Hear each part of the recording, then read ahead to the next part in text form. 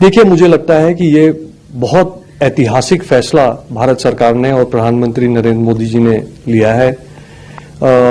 देश में भारी मात्रा में स्किल्ड मैन पावर की जरूरत है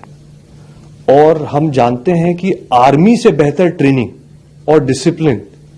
कोई संस्था इस देश में नहीं देती। खास करके युवाओं के लिए इससे बेहतर ट्रेनिंग नहीं हो सकती।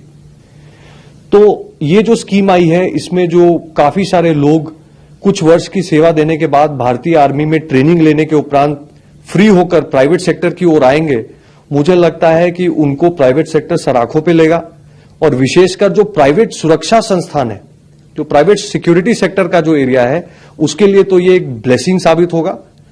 और बाकी सेक्टर्स में भी ऐसे लोगों की बहुत अधिक आवश्यकता है और एक बहुत ही महत्वपूर्ण फैसला, इसका हम स्वागत करते हैं। आपकी किस तरह से इसमें पार्टिसिपेशन रहेगी, खासकर ऐसे जैसी बात की जाए? देखिए, मैं प्राइवेट सिक्योरिटी सेक्टर का फिक्की के जो कमिटी है, हमारी इंडस्ट्री की सेक्टर कमिटी, उसका अध्यक्ष भी हूं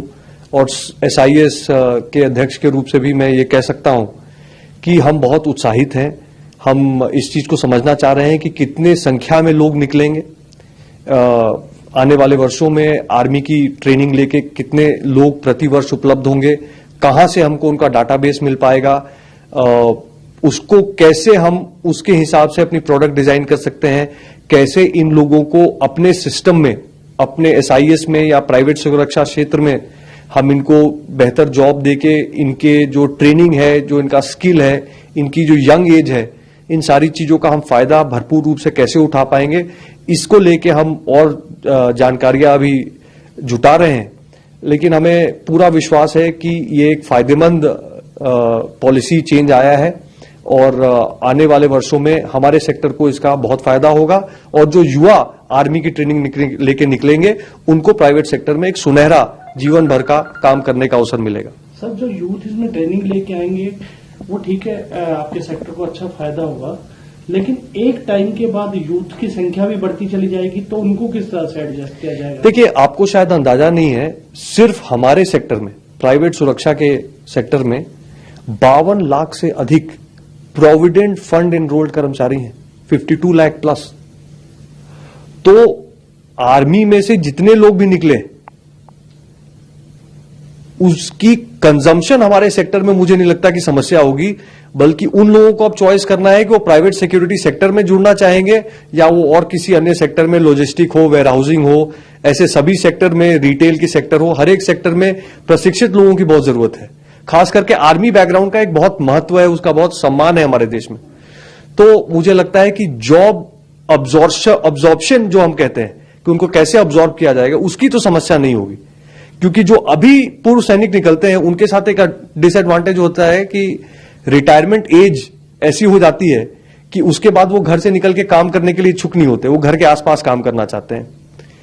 जो युवा 25 साल की उम्र में आर्मी की प्रशिक्षण लेके बाजार में आएगा, उसके पास पूरी जीवन पड़ी है,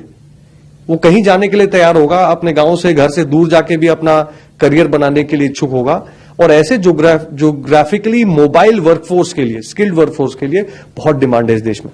तो आने वाला फ्यूचर एक यूथ के लिए काफी अच्छा होने वाला है। देखिए, मुझे तो लगता है कि जो बच्चे आर्मी से जुड़कर इस प्रशिक्षण को लेकर परमानेंट सर्विस में जाएंगे, उनके लिए तो बहुत अच्छा संदेश है ही ये घोषणा सरकार की। लेकिन जो परमानेंट सर्विस में ना जाके आर्मी से निकलना भी चाहेंगे, मुझे लगता है उनका भी करियर काफी बेहतर होगा इस प्रशिक्षण के बाद। पिछले काफी समय से आप एक सिक्योरिटी के सेक्टर को हैंडल कर रहे हैं, तो कोई आप भी अपनी तरफ से कोई सजेशन इसमें रखना चाहेंगे कि किस तरह का कोई सजेशन आपकी तरफ से हो? देखिए, हम प्राइवेट सिक्योरिटी सेक्टर जो है वो private security agency regulation act के तहत रेगुलेटेड है और हम सरकार से अभी इस चीज के लिए चर्चा करेंगे कि कैसे इन लोगों को देखते हुए हमको स्किल्ड कैटेगरी के मैन पावर की वेतनमान और उनके लिए कुछ एक हम बेहतर प्रावधान कर पाएं, ताकि जो लोग आए उनको अच्छी वेतन मिल पाए और खुशी से इस सेक्टर में काम कर पाएं। कैसे इसका हो, इसके लिए हम लेबर मंत्रालय और गृह मंत्रालय दोनों से चर्चा करेंगे।